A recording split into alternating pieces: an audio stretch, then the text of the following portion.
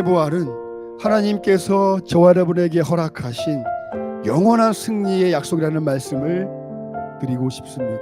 우리가 성경을 읽다 보면 수많은 전쟁의 기록들이 있습니다. 이스라엘 백성들이 가나안 땅에 들어가기까지 치렀던 수많은 전쟁들, 그리고 그 약속의 땅을 정복하기 위해 치러야 했던 수많은 전쟁들, 사사시대에도 보면 그 많은 이방 민족들과의 전쟁들, 이스라엘의 왕이 세워진 다음에도 그 전쟁은 끊이지 않았습니다. 그런데 그런 전쟁 스토리를 읽을 때마다 아주 흥미로운 사실을 하나 발견할 수 있는데요, 어떤 전쟁이든지 미리 승리를 약속해 주시면 이스라엘 백성이 승리하기도 하고, 또 하나님께서 승리를 약속해 주시지도 아니하셨는데 인간의 뜻대로 전쟁에 나갔다가 큰 패배를 경험을 하기도 한다라는 것을 성경을 읽다 보면 알 수 있게 됩니다. 우리가 여기서 주목해 보아야 할 점이 바로 그것입니다.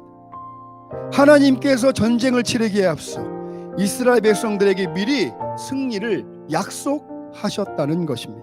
그리고 하나님께서 약속하신 전쟁은 반드시 승리하게 됩니다. 그렇게 승리를 약속하신 하나님께서 이스라엘에게 주셨던 승리의 약속보다 더 큰 승리의 약속, 영원한 승리의 약속을 예수 그리스도의 부활을 통해 저와 여러분에게 허락하신 줄로 믿습니다. 그렇다면 우리의 승리는 어떤 전쟁에서의 승리이고 무엇을 위한 승리가 될까요? 이스라엘 백성들이 치른 전쟁은 이스라엘 민족과 그 나라를 위해 싸운 전쟁이었습니다. 그런 역사적 전통에 따라서 보면 예수님의 승리는 그 당시 이스라엘을 정복하고 이스라엘을 속국 삼아서 다스리고 있는 로마 제국으로부터 예수님은 승리하셔야 구약의 흐름에 맞는 승리를 우리가 이해해 볼 수 있습니다. 그러나 예수님께서 치른 전쟁의 대상은 하나님의 나라를 위함이었다는 것을 우리는 그 예수님의 삶을 통하여서 이해할 수 있습니다.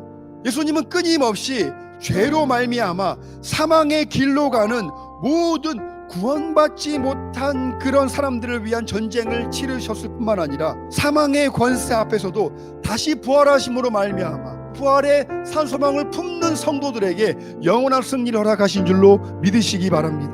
그 승리의 약속의 증표가 바로 주님의 부활입니다.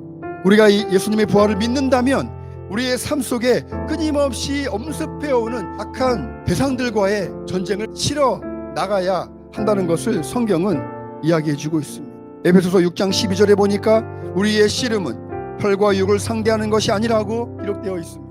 여러분들은 예수 그리스도의 복음 안에서 그 영원한 생명을 소유하면서 더 이상 사망이 아니라 생명으로 옮겨졌음에도 불구하고 여전히 악한 영들은 성도들에게 허락된 하나님의 나라가 여러분들의 믿음을 통하여서 여러분들의 삶에 이루어지지 않도록 끊임없이 방해하고 침략해 온다는 사실을 믿으시기 바랍니다.